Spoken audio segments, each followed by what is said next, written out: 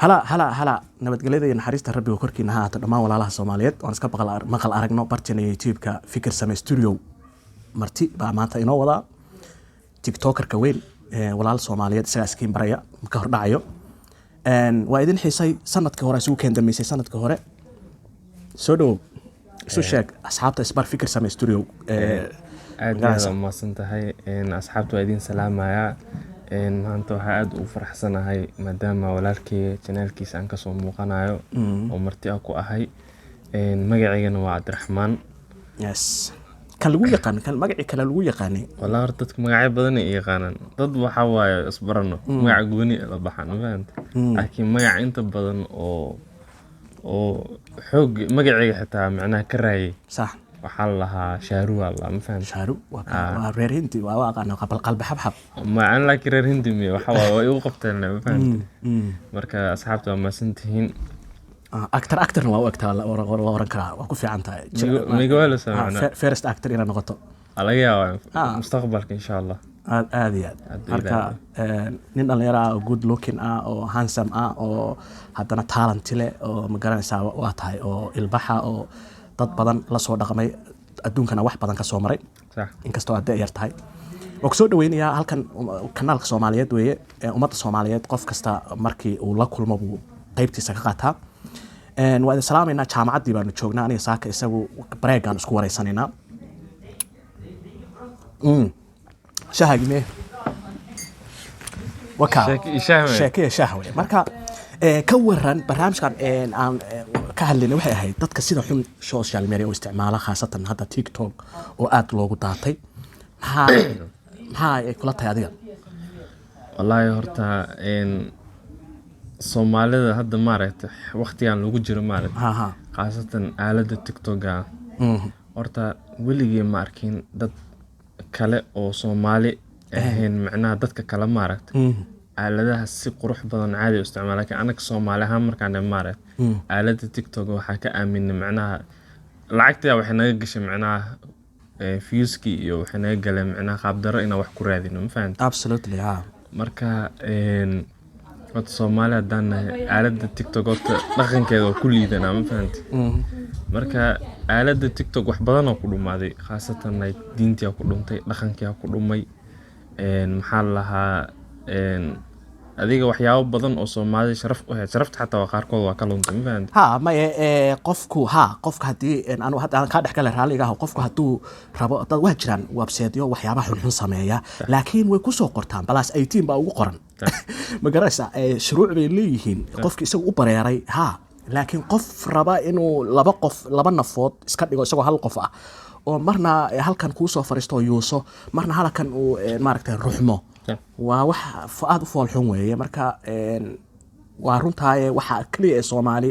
ay aad uga dhiman jirtay dhaqan xumaday ahayd iyadina hadda waa la caadaystay teeda kalena mararka qaar waa maaragtay waa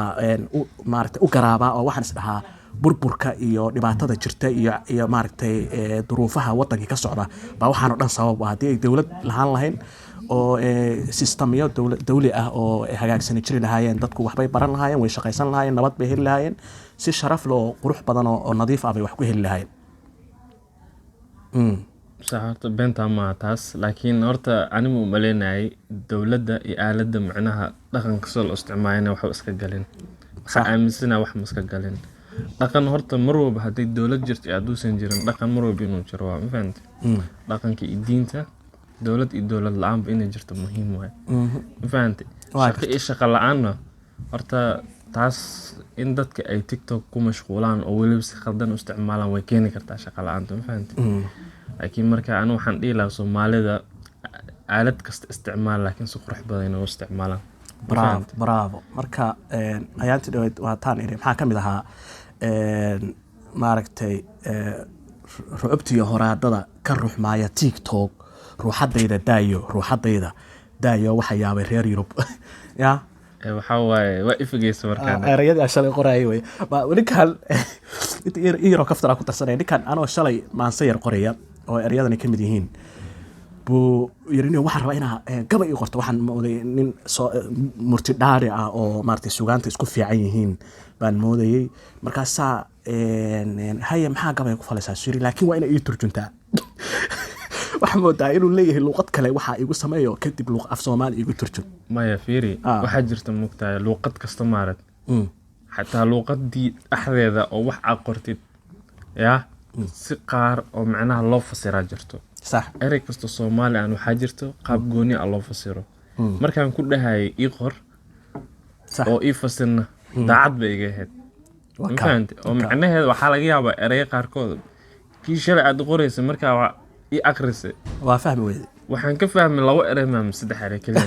أنت كله أفهم معي معناها هذا إنه حكون هاي وأيوة أذكى كستوم فهمت صح مركا ما أهان رقم كي عم صومال إن أو أن الصومال وكسها لكن مركا ما تجاب الجرار إمارة هذا أقول لي ترى وأريما وين ها ما يقدر هذا كور واحد هذا أفصح لي سيس كتير أفصح له في عنه بعد السلام يا سود وهذا فكر سامي ستوديو كسود وهذا ده سبسكرايب يا لايك نصارى ده تاخد معناه ساعيلو اسكو في عنها هداك ودو معناه هذا ما هن اريك است wax walba inaan ku dhihi karo ma fahanti bal isku day try waa challenge weey okay maxay tiri saacili soo dhawaada halkan waa kanaalkii fikir same studio subscribe saara like saara muuqaalka saa ku dheh okay hadii aan wax qaldan waxa waa ali afi bin aadina ma fahanti sax karibuni habani fikir maxay fikir same channel make a like subscribe and share sidaas weeye marka laga raalaada waxaad ka raaligelinaa codadka waxaan joognaa meel public ah oo aan chance-ka ka faa'iideysan oo aan ninkan isku helay marka waraysiyo badan oo markan waa hordhac baan ka soo qaadi doonaa hadii rabeen arrimo badan buu ogyahay ninkani waa inta idin muuqata in kala eeg baa hoos jirta isku dhex jiraan nin isku dhex jira weey marka wada salaameynaa intaan maqal arag kan lamida ku kulmi doono waxaan idin kaga tageynaa peace and love nabadgelyo insha Allah nabadgelyo waa video ku xigo bravo